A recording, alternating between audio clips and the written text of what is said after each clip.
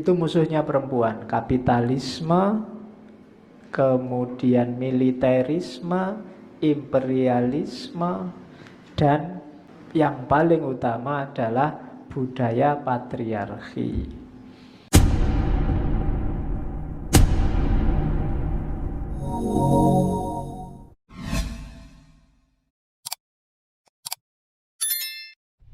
Ini loh yang jadi sumber, yang dimusuhi oleh Nawal. Kenapa kok kemudian perempuan nasibnya seperti hari ini? Jadi katanya Nawal, perempuan di sebagian besar negara tidak banyak berkembang karena mereka tidak dapat bebas di bawah sistem yang patriarkal, kapitalis, imperialis, dan militeris. 4 hal ini musuh besarnya perempuan, yang jadi sumber budaya yang meminggirkan perempuan tadi. Yang pertama, patriarki. Apa-apa serba laki-laki. Laki-laki lah yang menentukan nasibnya dunia. Itu bikin perempuan otomatis terpinggirkan. Yang kedua, kapitalisme. Kapitalisme itu budaya yang hanya memikirkan keuntungan sendiri. Kapitalisme pasti tidak melihat kepinjangan-kepinjangan budaya, fenomena anomali-anomali sosial. Yang dia lihat cuma bagaimana caranya dia bisa untung. Mau patriarki kayak mau matriarki, terserah lah, yang penting untung. Dan dalam budaya patriarki pasti sumber keuntungan itu adanya di laki-laki. Itu yang susah bagi perempuan. Apalagi struktur yang imperialis, menindas. Apakah penindasan fisik atau penindasan budaya atau penindasan ekonomi. Kalau ada penindasan jenis apapun, jatuhnya yang paling sengsara pastilah perempuan pada akhirnya. Awalnya mungkin laki-laki yang kena, tapi begitu laki-laki kena, imbasnya pasti perempuan. Ketika laki-laki bangkrut, pada akhirnya yang sengsara juga perempuan. Yang dimarah-marahi pertama juga perempuan. Apalagi yang militeris. Kalau ada perang, kalau ada pertarungan antar rezim, yang bagian ngungsi, yang bagian lari-lari, yang bagian sengsara pasti juga perempuan. Hari ini dengan santainya Kim Jong-un sama Donald Trump mau perang. Emangnya kalau perang beneran siapa yang untung? Tidak ada. Tapi yang sengsara nomor 1 jelas perempuan dan anak-anak pasti. Jadi itu musuh besarnya katanya Nawal. Makanya dia ikut demo sampai tua dan dia rasanya pingin marah terus karena fenomenanya kok tambah lama tambah tidak bagus. Jadi saat ini jalan hidup kita itu yang terjadi adalah logika kekuasaan, bukan logika keadilan. Demokrasi kita akhirnya demokrasi palsu. Jangan salah, demokrasi itu tidak sekedar kita setiap orang bebas bersuara. Demokrasi itu dia palsu kalau sifatnya hanya pinjaman, hanya nama. Kenapa hanya nama? Karena kekuatannya tidak imbang. Kalau rakyat sangat lemah, dibikin demokrasi, yang terjadi tetap semacam dominasi, semacam otoriter, karena rakyatnya lemah.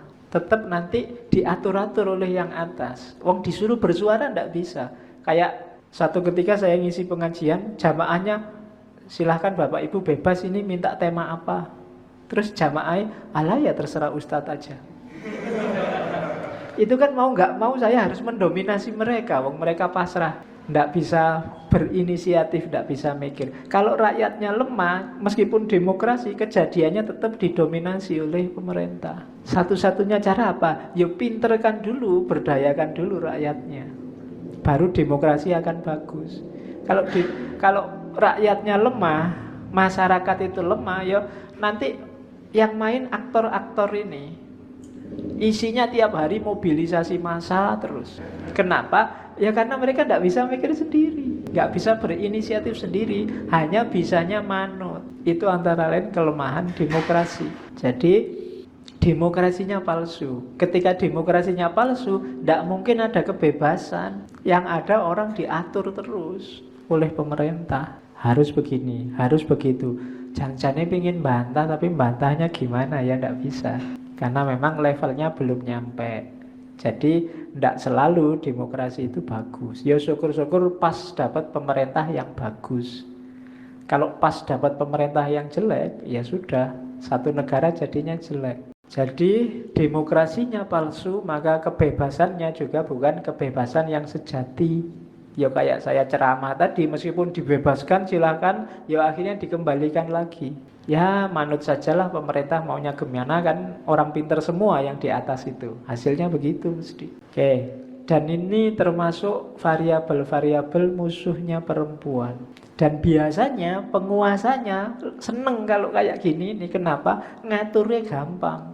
Kalau rakyatnya tambah pinter, susah pemerintahnya. Tiap hari komplain, tiap hari protes, tiap hari demo, kan malah sumpek. Biar aja bodoh-bodoh.